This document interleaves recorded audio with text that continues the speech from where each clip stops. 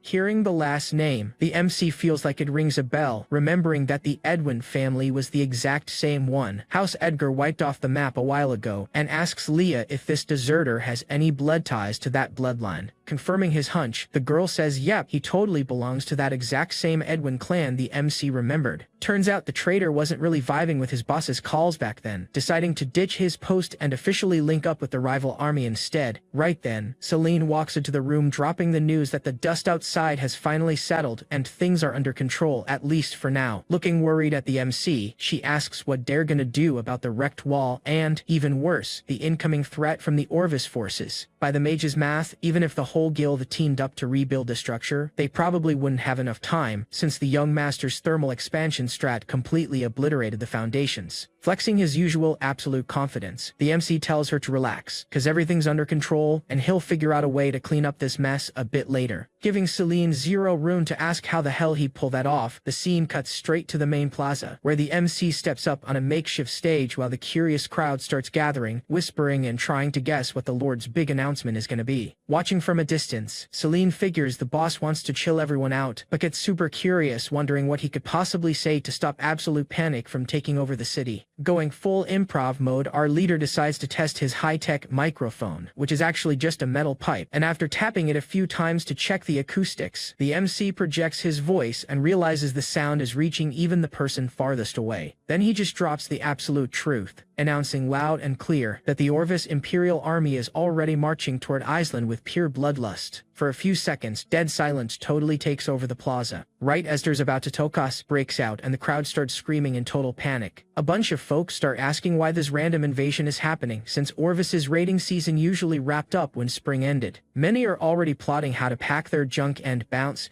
even though they're bummed about having to leave the good fair life they built under Master Rain's rule. Freaking out, Celine goes wide-eyed, not believing the MC actually just dropped a nuke like that right in front of the crowd. Pissed off, she pulls him by the ear, complaining he went totally out of pocket and didn't need to be that blunt. But the MC just smirks and says, "This is exactly where the game gets fun." Completely disagreeing with this madness, Celine fires back saying there's absolutely nothing fun about it. After all, when folks find out they're getting attacked, they expect to be protected by an elite squad, but Iceland's forces are just regular workers with zero real military training to handle a massive war. So how does he expect the people not to freak out? Calmly, the MC starts breaking it down for his advisor, explaining there's one massive detail she totally missed. In our hero's eyes, the one who actually needs to stay icy during a war is the general. While frontline soldiers don't need to be calm, they just need a reason strong enough to actually want to fight. Before the mage could even try to argue back, our hero holds up a document way up high, flashing it for the whole crowd to see. With a commanding voice, he announces that the paper is official mail sent by the Orvis commanders, dropping the supposedly humiliating tea inside. The invaders called the people of Aslan a bunch of cowards and idiots who don't have the guts to defend their own homes, swearing that, like always, the locals will just run away and hand their lands over on a silver platter. Hearing that disrespect, the crowd starts whispering with their faces red from pure anger, and from the middle of the mob, a pissed-off citizen yells that those scumbags think they can just roll up and steal their crops every year without any payback, but swears this time is gonna be different, and they're fighting to the bitter end. Instantly, an absolute roar of fury spreads across the plaza, starting with just a few angry voices. Until, seconds later, the whole population links up in one massive war cry, screaming that they aren't cowards and they're gonna fight tooth and nail to make sure they don't lose anything else this season. Riding the hype of the moment, the MC throws his arms up and swears in front of everyone that, if the people have the guts to step up and fight, he, Rain Edgar, promises to hunt down and kick every single Orvis soldier right out of their borders. After that promise, the entire plaza completely blows up with screams and applause of pure hype.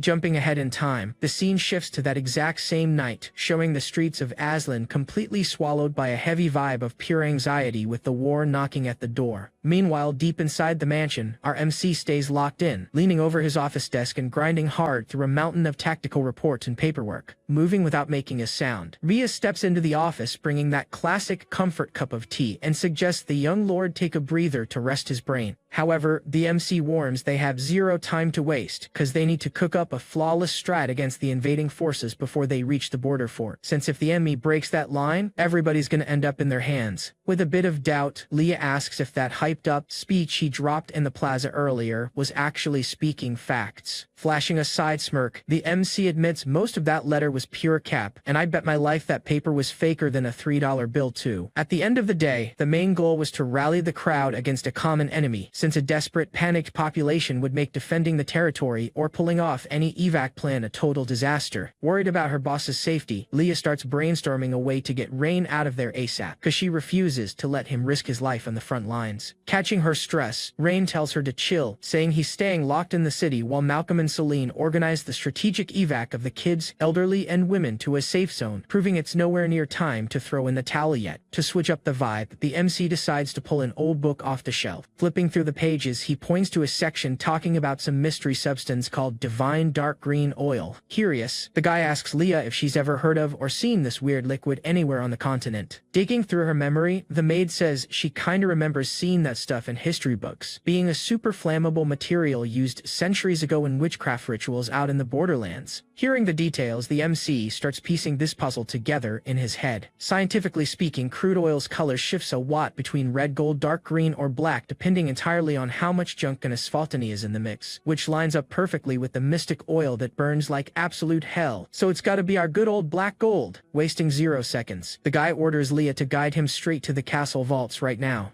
Cutting to the very next scene, the two show up outside the main warehouse, where the MC orders the guards to unlock the heavy gates. Stepping into the stash, the boss tells the inventory guards to sweep the shelves looking for any container holding that divine green oil. Stressed about safety, the MC warns the workers to be super careful, strictly banning any torches or sparks from coming anywhere near the storage barrels so they don't blow everybody to the moon all at once. Using the search downtime, the MC takes a look around and is totally mind-blown by the insane amount of chests overflowing with jewels and gold bars, realizing instantly that all this cash was Aslan's tax money that the scumbag Eldrick embezzled for his own pockets. Rubbing his hands together with pure joy, the Lord plans to drop every single penny of that seized fortune to supercharge the local industrialization as soon as the war wraps up, focusing heavily on building his dream steam engine, which is going to be the absolute game changer for the territory. After a few minutes of sweeping, the soldiers finally pop back up carrying several heavy wooden barrels. Hyped for the reveal, the MC rushes toward the guys with his eyes lighting up staring at the mystery loot. Finally, the big moment was here. Right then he pops the barrel open with all the hype in the world. Instantly, that super familiar smell hits the air, confirming that, yeah, it was straight up crude oil. With this massive find, the city of Aslan finally gets a legit shot at an epic comeback. Meanwhile, the scene shifts and drops us right into the super tense military camp of the Orvis Kingdom. Under a super heavy vibe, the two crooks stand face to face with Castella, the lord of the Orvis lands, stuttering and apologizing for fumbling the bag and losing control of the city. Then Castella casually drops that he completely expected this level of incompetence. He knew they were going to sell the territory out, but what he didn't expect was for them to lose everything in just 3 days, which is honestly just embarrassing. Trying to save his own skin, Eldrick throws the blame on Rain, saying the kid used some insane forbidden spell to knock down the wall, and if it wasn't for that cracked move, they would have held the line until backup rolled in. Hearing that, Castella starts racking his brain over this supposed forbidden spell, wondering if Aldarian actually assigned some OP mage as a bodyguard for his kid. Then the hooded human chills the boss out, explaining that casters of forbidden spells can't just spam that kind of power all the time, meaning the ultimate move was already used, and their mana pool is totally drained. Plus, with Aslan's walls reduced to rubble thanks to Rain, this was the absolute perfect moment to completely steamroll them. Flashing a super creepy smirk, Castella claims he's not a brain-dead leader like those two clowns, but makes it clear the duo's usefulness is officially over, and they can head back to Orvis to sit around waiting for their next orders. Feeling the disrespect, the hooded guy gets pissed and reminds him they cooked up this entire master plan together, demanding to know what kind of garbage move it is to just toss them aside. Without saying a single word, Castella simply tosses a letter, by the way, right in the middle of the table. It's an official decree that pins the entire blame for the conflict squarely on Havelock, the hooded human, framing him as the sole mastermind behind this massive disaster. Seeing that, Havelock's face completely drops and absolute panic sets in. Completely consumed by rage, he starts screaming that Castella is the biggest backstabber on the face of the earth. Ignoring the tantrum with absolute ice in his veins, Castella just signals his guards to drag the guy out of there instantly. Right on cue, the brutes step up and pin Havelock down. He tries to put up a fight but stands absolutely zero chance against their sheer strength. Screaming in pure hatred, the betrayed guy ends up getting dragged out of the camp. Right after, Castella locks eyes with Eldrick and, tripping with pure mockery, asks what he should do with his useless carcass. Feeling the panic kick in hard, Eldrick begs on his knees for his life, dropping that he's holding on to a massive, dark secret that could level Castella up and let him run everything in the Orvis Empire. Hearing this top-tier tea, Castella's expression flips instantly, getting super invested in finding out what this crazy gossip is all about. Cutting the suspense right there, the story decides to leave us hanging and switches scenes, taking us straight to the luxurious main mansion in the city of Thuland. Over there, we run into our protagonist's sister looking like an absolute boss alongside her loyal assistant. Honestly, this woman is pure danger and commands respect everywhere she goes. For those who forgot, we're talking about Priscilla Edgar, our protagonist's insanely powerful older sister. Walking with serious elegance, her dedicated maid steps up to interrupt her boss's thoughts. Bringing some urgent news, she announces that a letter sent by Leah just arrived, written directly on behalf of young Rain. In that moment, Priscilla gets hit with nostalgia from when he was just a little kid and decides that as soon as her schedule clears up, she's gonna drop by to see how the boy is doing. But the second she breaks the seal and starts reading the contents, Her whole vibe instantly does a complete 180. Consumed by absolute fury, she starts raging, cursing out everyone and demanding they drag that scumbag Velis Walker right in front of her this exact second. Shortly after, poor Walker is already on his knees in front of the boss, shaking like a leaf. Completely lost in the sauce, he tries to cool her down by calling her big sister and asking what the hell is going on to make her so pissed off. With a glare sharp enough to cut steel, Priscilla cuts the crap and asks if he's out of his mind to have the absolute audacity to plot a rebellion against her family. Almost having a heart attack, Walker swears on his life that's impossible and the whole thing is just a massive misunderstanding. Having zero patience for his excuses, the boss simply throws the paper right in his face, warning him the proof is crystal clear and he can read it for himself. Hand shaking harder than a jackhammer, Walker picks up the document from the floor. To his absolute horror, his name is stamped right next to the news that Kaiser went rogue and rebelled, sparking the suspicion that his older brother, Velis Walker himself, was in on the plot. Plus, the text warns that the troops are rallying to hold the line against the Orvis invasion and begs for urgent backup. Finishing reading that absolute nuke, Velas goes into total shock. Keeping up her ruthless boss energy, Priscilla coldly presses him, asking if he has any final pathetic excuse to try and clear his name. Almost crying, Walker begs, saying this whole clown show is entirely the fault of that reckless idiot Kaiser, swearing that he personally has absolutely zero to do with this treason. Except, of course, the terrible luck of sharing the traitor's last name. Trying to catch his breath, the poor guy admits he sent a letter to his brother last month, but swears it was just some family advice, telling him to listen closely to Master Rain's orders and not do anything stupid, promising it was just that and nothing else. Watching her subordinate shake, Priscilla realizes his panic is 100% genuine, and the poor guy doesn't seem to be capping, making her wonder if this really was just a solo brain-dead move by Kaiser. Stuck in this mess, the noble keeps begging on his knees for a chance to prove the Walker family is entirely loyal to House Edgar. Honestly, you kinda feel bad for him, since he seems like a good dude who just took the hit for his brother's screw-ups, but at the end of the day, Priscilla is the one calling the shots. With a calculating stare, Priscilla asks if he's actually willing to do whatever it takes for the second chance. Without hesitating, the guy yells that he accepts any condition, even promising to send his one and only precious daughter to lead the backup troops and support Master Rain. Surprised by the pitch, Priscilla asks if he's really dead serious about dragging young Roseline into this, reminding him the girl barely hit adulthood and just graduated from the military academy, meaning if she gets sent to the lobby on the battlefield, the Walker bloodline is officially over. Showing some desperate determination, Velas thumps his chest and says he doesn't care, fully willing to risk his own blood to clear his clan's honor. Honestly, if it wasn't for Priscilla's backing in the past, their family would have vanished off the map a long time ago, making the man beg for mercy one more time. Letting out a long sigh, the boss ends up giving in, but lays down a crystal clear condition. She won't let the girl act on her own without a short leash. With that, Priscilla orders Green to send one of his elite agents to keep a close eye on Roseline, not to save her from danger, but to watch her every step. If the young girl messes up or shows any signs of treason, the order is straight up. She must be sent straight back to the lobby instantly. Cutting back to the city of Aislinn, the vibe we find there is totally different from that chaos before. High up in the mountain range, in this scene, we find the dangerous Castella analyzing the terrain, already strategically positioned in the area with his forces. Intrigued, the invader asks Eldrick if that place is really the so-called Aislinn city. Full of arrogance, Eldrick confirms it and guarantees that, very soon, that entire region will fall right into their hands. However, one detail really catches the invaders' eyes. Clever Ren used his mage guild to give the local defenses a massive upgrade, turning those crumbling walls into shiny new barriers. Noticing this, Castella lets out a sarcastic laugh, thinking his opponent made a ridiculous strategic blunder by draining all his caster's mana just to patch up rocks, leaving Aslan's troops totally exhausted and packing zero firepower. On the flip side, Eldrick is still suspicious, wondering if those reinforced walls won't cause a massive headache when it's time to breach. Rocking his veteran strategist swagger, Castella explains that even if the terrain helps the defenders, actually the real power of that garrison came from magic, not stacked stones. With the local mages completely wiped out from the engineering effort, the invasion would be basically a walk in the park. Riding that wave, Castella's right-hand man pitches a tactical alternative to dodge the bloodbath, suggesting they simply loop around the defenses instead of charging head-on at the wall. It kinda makes you wonder if the fort only guards the main gate or if the whole city is walled in. But we'll find that out together soon enough. The main thing is focusing on what's about to go down right now. As expected, Castella hates the idea and shoots an intimidating glare at his subordinate, asking if he's underestimating his commander's power to tear that fort down. Panic hits the general, who drops to his knees knees instantly, swearing it's not cowardice or fear of fighting, but a genuine attempt to spare his own soldiers' lives. Flexing a coldness that would make anyone jealous, Castella claps back, saying casualties are inevitable in any armed conflict, arguing that since the army is packed with rookie soldiers, this slaughter will be great for the boys to toughen up. Wasting no time, Castella uses his power to float in the air and summons his top mage to tag along, dead set on delivering a very direct and intimidating message to Aslan's leader. Meanwhile, inside the castle, our protagonist stays completely locked in on his bureaucratic duties. Keeping his eyes on his system screens as usual, he tries to untangle the mess of that massive task that's been dragging on for 2 weeks, showing zero signs of wrapping up anytime soon. But the peace and quiet gets shattered when Leah runs into the meeting room, announcing that the feared Duke Castella and his elite mage are waiting right outside the gates, demanding an audience with him. A few minutes later, the young leader steps up onto the wall's battlements, getting a respectful salute from all his troops standing ready. Down below, Castella yells up at Ren, offering what he calls a golden once-in-a-lifetime chance. If the kid surrenders peacefully right now, he'll spare the city from getting wiped off the map. Without breaking a sweat, the kid flashes that mocking little smirk and asks his guards out loud if that guy screaming down there was really the infamous, imposing Lord Castella. Acting totally chill, Leah confirms that yep, that flashy dude is indeed their duke. Faced with the mockery, Castella almost explodes with rage at the kid's sheer audacity, growling that not even the boy's dad would dare treat him with such disrespect. Even with pure hate going to his head, the general doubles down that the invasion is happening no matter what, but he's still willing to accept a friendly surrender if our hero plays along. Standing solid as a rock, our protagonist decides to return the favor, stating that if the enemy feels entitled to set deadlines, he'll be generous with the invader too. If Castella doesn't want his troops sent to the lobby early, he better turn around with his 100,000 men and march straight back to the hole they crawled out of. With this bold ultimatum, the tension hits the roof and Aslan's fate hangs by a thread. Totally losing his cool, Castella yells that Rin is just a stubborn brat who doesn't know when to back down to save his own skin. Out of patience for more cheap talk, the enemy commander swears he'll personally lead his legion's ruthless charge against the city walls. Repeating the same old empty threat, he warns one last time that if the Lord doesn't want to go offline, his best move is waving the white flag immediately. Sick of hearing the same broken record, the protagonist gives Leah a subtle signal, ordering his assistant to deliver a solid "sut up" to the Duke, so he realizes exactly whose turf he's stepping on. And just like that, the beautiful Leah flashes her deadly blades with a precision that sends chills straight down your spine. Wasting not a single second, the warrior draws one of her throwing daggers with cracked agility. With a quick flick of the wrist, she launches the metal dead center at the Orvis leader's throat. Spotting the projectile closing in, Castella's protector mage acts fast and dives into the path to save the boss, throwing up a heavy magic shield to try and block the physical strike. To their absolute shock, the power behind Leah's throw is so cracked that the blade simply shreds through the mystic barrier like it's paper. Missing the main target by literal millimeters, the knife cuts through the wind and leaves a grazing slice right on Castella's cheek. Feeling the hot blood running down his face, the invading leader completely loses his mind. Glaring up at the wall, the wounded noble shoots our hero a look that could disintegrate anyone purely out of rage. Then, the kid up top drops the warning that if there's a next slip-up, the aim will be adjusted to send him back to the lobby for good. Feeling the weight of the humiliation, Castella decides to bounce, pulling a retreat alongside his escort caster. Jumping back to the defensive planning, the protagonist gives Celine the green light to keep all preparations locked and loaded, cause the real brawl is about to kick off. During all this time, over at the enemy camp, things are also totally chaotic. Worried about his leader's safety, the Vanguard general asks if the boss is okay after the scare. Foaming with hate, the wounded guy yells that he got hurt by that Edgar family worm and orders all troops to mobilize like yesterday, stating his only life goal right now is to capture the kid alive to make him pay heavily for this audacity tonight. Faced with this insane order, the general tries to drag the boss back to reality, warning that the whole squad just wrapped up a forced march for 3 days straight and is dropping from exhaustion, suggesting they push the attack to dawn so the men can at least catch their breath. But Grand Duke Castella refuses to hear advice and tells his subordinate to kick rocks, calling the guy a massive, top-tier incompetent. In his mind, the soldiers of the Grand Orvis Empire had no right to get tired that easily. At this point, the officer tries to explain that, regardless of how wiped out the crew is, they gotta build a bridge to cross the river and prep the siege gear. Actually, other commanders nearby nod along, agreeing with the man's common sense. However, Castella stays stubborn as a mule, and fires back that this commander doesn't know the first thing about military strategy. Flaunting his usual, extreme arrogance, the big shot argues that, since ancient times, speed is what wins the game. them. Since the enemy thinks they'll only make a move the next day, the plan is to launch the attack right now to catch them with their pants down. With that, the arrogant guy drops the hammer and orders the offensive to start without any more stalling. Meanwhile, back at the camp, reality was totally different. The whole troop was running on absolute fumes after marching 3 days and nights non-stop. Amidst the chatter, one of the soldiers happily mentions he saw a massive, chubby sheep getting prepped for slaughter. With that, the hype was high for a solid dinner tonight. But let's be real, how are they gonna split a single sheep for 1,000 starving men? If there are no more animals in the stash, things are gonna get ugly and the guys will have to fight on empty stomachs. Yeah, poor man's joy doesn't last long and the commander shows up ordering them to march into combat immediately. This news hits the poor guys like a bomb, since they were already completely drained of energy. Then, one of them, fueled by pure hunger-driven audacity, asks if there's no time to at least grab a plate before the brawl. Instantly, the general shuts the joke down and tells everyone to cut the crap. In that area, the rule of the game is simple. He sets the pace, and the grunts obey without whining. With no other viable option, the soldiers swallow hard and accept their fate. Shortly after, the squad finally moves out and the beatdown begins, giving everyone watching a massive scare. Orvis's warriors charge in roaring loudly, promising to send everybody straight to the lobby. But our beloved Ren is chilling with absolute peace of mind, watching the show from the safe VIP seats. Then, one of his right-hand men walks up to ask what the next tactical move is gonna be. Right then, Ren notices something totally bizarre. The invaders are throwing themselves straight into the water. With zero proper gear to cross or build a bridge, the guys are literally swimming raw trying to reach the other side. Intrigued, Ren asks his trusted man if that Orvis crew had ever seen combat before. After all, there's a super weird detail in this story. The invaders look weak and give off every sign they haven't put a spoonful of food in their mouths for days. Quickly, the soldier explains that, as far as he knows, this front line is packed with rookie recruits who genuinely look like they're starving, leaving Ren scratching his head. The question hangs in the air. Were these guys really sent into the clash without eating absolutely anything? Then the warrior throws out two theories, the first being that the enemy army's food stash might be at zero or pretty close to it. However, before he can even finish explaining the second option, Ren loses his patience and tells him to spit the info out already, complaining about all the stalling. With that, the fighter spills the absolute cruelest truth. Grand Duke Castella is probably using this crew as cannon fodder, sending the rookies to go offline on purpose just to drain Aslan's arrows and defense resources. Faced with such coldness, Ren's jaw drops, wondering if the Orvis Emperor would really sign off on this, since we're talking about his own citizens' lives here. To the soldier, the reality is that not every ruler has the good heart of our protagonist or his dad, Grand Duke Ardaleon. The truth is most nobles think exactly like Castella, meaning they couldn't care less about the people. It's sad, but this kind of neglect happens even today, boss. Deep in thought, Ren tries to process the cruelty of this tactic, unable to stomach how someone can throw their own people to the wolves like that. Then the subordinate grabs his attention again, warning that the arrow stash is locked and loaded to rain on the enemy, asking for a final call on what to do. But in a totally shocking move. And just like that, everything changed. Ren decides he won't waste precious ammo on them and bans any shooting. With that order, the soldier falls back, completely stunned by the choice to stand down. Right in the next chapter, the situation stays exactly the same as before, with no major updates. Down on the battlefield, the enemy soldiers keep grinding to cross, but one detail stands out. The pack of grown men is getting completely soaked. Obviously, Ren isn't dumb at all, so he gets ahead of it and orders Celine to unleash that serious icy breeze. I mean a super freezing wind to freeze the invaders straight to their souls. Following Ren's command instantly, the mage starts channeling all her destructive power. Seeing that scene, Castella jumps to conclusions and thinks Ren is a complete idiot. Then the general standing right next to him is completely lost and asks how exactly the opponent would be an idiot. So Castella proudly explains that he sent the recruits just as cannon fodder to force Ren to burn his arrow stash. But, playing like a fool, the opponent is reportedly burning magic mana just to save ammo. This way, as soon as the city's mages run out of energy, Orvis's heavy cavalry and sorcerers will march full force against a totally weakened defense. Immediately, the on-duty kiss-asses start clapping at Castella's genius, thinking the strategy is flawless, but everybody knows our beloved protagonist plays chess in a whole different dimension. Let's be real. In Castella's head, the victory is already locked in, and he can barely wait to capture our boy and hold him hostage one more time. Meanwhile, noticing the rival mages took to the skies to position themselves. Right then, the Orvis squad starts looking at each other, not understanding absolutely anything about what's going down. After all, it's not worth standing there being target practice for those little mages, being way smarter to bail while they still have legs to run. Not to mention that any magic attack from them is usually a one-way ticket straight to the upper room, no crying allowed. But hold up, cause one of the warriors notices something weird and asks if they weren't casting spells, since there aren't any explosions popping off in the air. Quickly, the commander tells everyone to cut the clown show and get back to the front line immediately. With no other choice, the soldiers end up following the superior's order, relieved at least that there aren't any spells dropping straight on their heads. Curious about the strategy, our beautiful and feisty Celine asks the protagonist how such a basic spell could stop the enemy's push. From her point of view, it would be way more efficient to fry everyone with a solid blast of lightning. However, our young leader explains that spamming so much electricity is completely unnecessary right now. Historically, any army's will to fight has always been crushed by two ruthless factors: hunger and extreme cold. And right now, the invaders are feeling the silent effect of that indirect freezing magic on their own skin. In Ren's vision, those fighters can barely stand up from shivering so much, which makes attacking the city practically impossible. If hunger was already punishing their forces before, now, with this cold freezing their bones, the mission turned into an absolute nightmare. Out of nowhere, the pissed-off commander pops up again, yelling and calling everyone useless, while demanding to know why they're standing still. Screaming, he orders the squad to draw their swords and march against the wall, which is super easy to say when you're not freezing to death with a growling stomach, right? Shaking hard, one of the warriors tries to explain to the captain that the cold is so absurd their hands are completely frozen and won't respond to hold the weapons. Faced with the roadblock, the captain dispatches a rider to report the tea to Lord Castella, while forcing the rest to march back into combat, no matter the suffering. Shortly after, the cavalry messenger finally reaches the Orvis army's main camp, dropping to his knees in front of his sovereign. The soldier announces he brings urgent updates from the front line. Deep down, the guy just wanted to keep it real and say the troops are left out in the open, suffering from starvation and freezing temps. Meanwhile, the top brass enjoys a warm, cozy feast inside the tents. But looking out for his own skin, he just reports that the initial push is a complete disaster, cause Ren used wind spells to slow their advance, leaving the soldiers so weakened by cold and hunger they can barely hold their shields. Desperate, the knight begs for a fallback order, but Castella reacts with pure arrogance and calls him a complete idiot. Ranting, the leader claims all the knights turned into cowards and don't even deserve to wear the Orvis Empire's war uniform, even though the messenger tries to argue it's not a lack of courage, but a lack of physical energy to swing swords due to hypothermia. Castella ignores the excuses and orders the guards to toss the poor dude into that dark dungeon where nobody ever comes back from. Sick of excuses, the commander himself decides to take the reins and personally lead the next charge. Worried, his general warns about the risks of the move, saying the lower ranks are there exactly to sacrifice themselves on the front line if needed. Satisfied with all that bootlicking, Castella praises the subordinates' loyalty, but insists he needs to teach the other officers a lesson in leadership, proving he's the Empire's true genius strategist. So good luck to our misunderstood superhero. So the next morning, the arrogant leader shows up, posted on the battlefield alongside his leftover troops. Right at the gate, his first order goes straight to the mage division. His command forces all casters to build solid bridges to let the heavy cavalry cross safely, quickly following the boss's orders. At that moment, the mages start shaping the earth, throwing up massive makeshift bridges over the moat. Honestly, the final result of the builds turned out pretty decent, even if the ramps were a bit crooked and steep, which is still 1,000 times better than swimming in that freezing water. With the path cleared, Castella screams the general attack order, so the entire squad marches without hesitation. To hype the troops up, he promises a fat gold reward to the warrior who manages to capture Ren in one piece and alive. Everybody knows how the world turns. When easy money is involved, nobody wants to be left behind, and greed talks the loudest. From up on the walls, Ren's commander warns that Orvis's forces are launching a direct assault, rolling in with a massive squad this time. Faced with that, Ren orders Leah to immediately dump a mysterious secret component into the moat, keeping the suspense about what that substance actually is. On top of that, the guy orders all side escape routes to be completely locked down. Promptly, our beloved Leah nods, guaranteeing she'll execute every detail of the plan flawlessly. Right after the fort's defenders start dumping a thick, dark substance straight into the water. Based on the material's look, you can take a solid guess that it's a massive amount of flammable oil. Whatever it is, the plan is working perfectly and the moat is quickly getting covered by the dark substance. But the enemy soldiers are already pushing across the bridges, meaning the trap needs to be triggered ASAP so things don't go south. But before we can witness the end of this electrifying terrifying clash, the story's focus shifts elsewhere. Now the attention turns to the fearless Roseline, who's leading her military forces at a fast pace. Fully aware of the urgency, the young girl knows she needs to pick up the march's pace to guarantee Ren's safety, no matter what it takes. Remembering her dad's words about her bloodline's fate and honor being on her shoulders, she doubles down on her oath to protect Ren's life with everything she's got. However, one of her subordinates approaches exhausted, begging for a break, arguing the squad has been marching non-stop for 3 days straight and the horses are about to collapse, even if she has energy to spare. Ignoring the overall exhaustion, the commander stays locked on the goal and asks how long it would take to reach Aslan City, keeping up their current travel pace. Running the numbers, the warrior answers that the trip should still take about 1 full day of travel. With that intel, she asks the team's mage to project a holographic map to thoroughly analyze a shortcut or alternative route to speed up their approach even more. Analyzing the path, she guesses that Aslan's border fort is already under heavy attack, and that Master Ren is surrounded by enemy troops, finding comfort only in the intel that he stocked up enough supplies to hold out for a while. Suddenly, Ray spots something unusual and suspicious blocking the path just up ahead. Without hesitating, she pulls the reins hard, forcing her mount to an abrupt, immediate stop. Staring blankly ahead, she demands a guy named Knox to show himself, making it clear she detected his hidden presence in the shadows and wants to talk. All around, the escort soldiers look at each other, confused by her move, since there's absolutely nothing visible in that direction. But to everyone's shock, a magic portal starts forming right in front of their eyes. Out of the rift steps a mysterious mage figure carrying an imposing scythe-shaped staff. Taking a good look at the guy's face, this Knox dude looks a lot like a potential heir of Yami mixed with that charismatic witch from Black Clover, rocking that exact same badass look. Seeing the incoming danger, Roseline's subordinate yells for everyone to form a defensive wall around their lady. However, she raises her arm signaling everyone to fall back, stating that defensive setup is completely unnecessary. Keeping her stance solid, she asks a newcomer if he goes by the name Knox World. Not giving much room for personal questions, the guy just coldly warns that if she has relevant business, she better spit it out once and for all. Straight to the point, she lays out the plan to dispatch troops to cut Orvis's supply line and corner the city's invaders, revealing she knows Lady Priscilla assigned him to monitor her, but stresses she'll need his cooperation for the mission to succeed. Coldly, the young guy replies his original orders were just to end her if she showed disloyalty toward Ren, with zero mention of actively cooperating in battles. Knowing this, the young girl claps back, saying if something tragic happens to Ren, things will definitely get ugly for both of them. Even without showing much height for the pitch, the young mage realizes there's no other smart way out and asks what task she wants to assign him. Showing pure determination, she plans to lead her divisions through a mountain detour to surprise and strike Orvis's clueless rearguard. It'll be up to the Dark Ally to push ahead to hold back the water flow in the protagonist's moat, releasing the floodgates full force as soon as her support mage gives the set signal. This way, the Imperial invaders will be swallowed by the sudden flood, with absolutely zero chance of escape. Stepping away from this duo and their schemes for a sec, the story shifts straight to Varchala, the imposing capital of the elf territory. In the court there, the elf princess carefully reviews the diplomatic mail sent by the protagonist. Without a shadow of a doubt, that ruler gives off an absolutely terrifying authority and presence. Asking the present advisors about the pitch, the first aide shows total distrust, labeling humans as extremely greedy beings whose word means nothing, suggesting they completely ignore the message. On the flip side, the young sage standing nearby points out that their current internal reserves aren't enough to feed the tribe's entire population. Faced with the harsh reality of needing commercial trades with humans to survive the brutal winter, straight up rejecting the deal would be a highly reckless move. Asking for a more practical perspective, the princess turns to Yuria, suggesting she share her experience with the human lore to help make the call. At first, the young girl replies she considers the new administrator a manipulative and dangerous guy, but quickly corrects herself to highlight that the boy has a brilliant, completely out-of-the-box intellect. Even without understanding the crazy methods he uses, his policies guaranteed plenty of food for the cold season and generated a cracked financial economy for the local community. With a curious tone, the weird-looking mage asks if such unique and intriguing individuals really exist in mortal territory. Quickly, the green-clad scout brushes off the other's intelligence, showing heavy skepticism about the Lord's capabilities. From the looks of it, the tracking patrols already caught wind of the massive military siege going down, making the warrior question this weird human habit of going to war every time the season changes.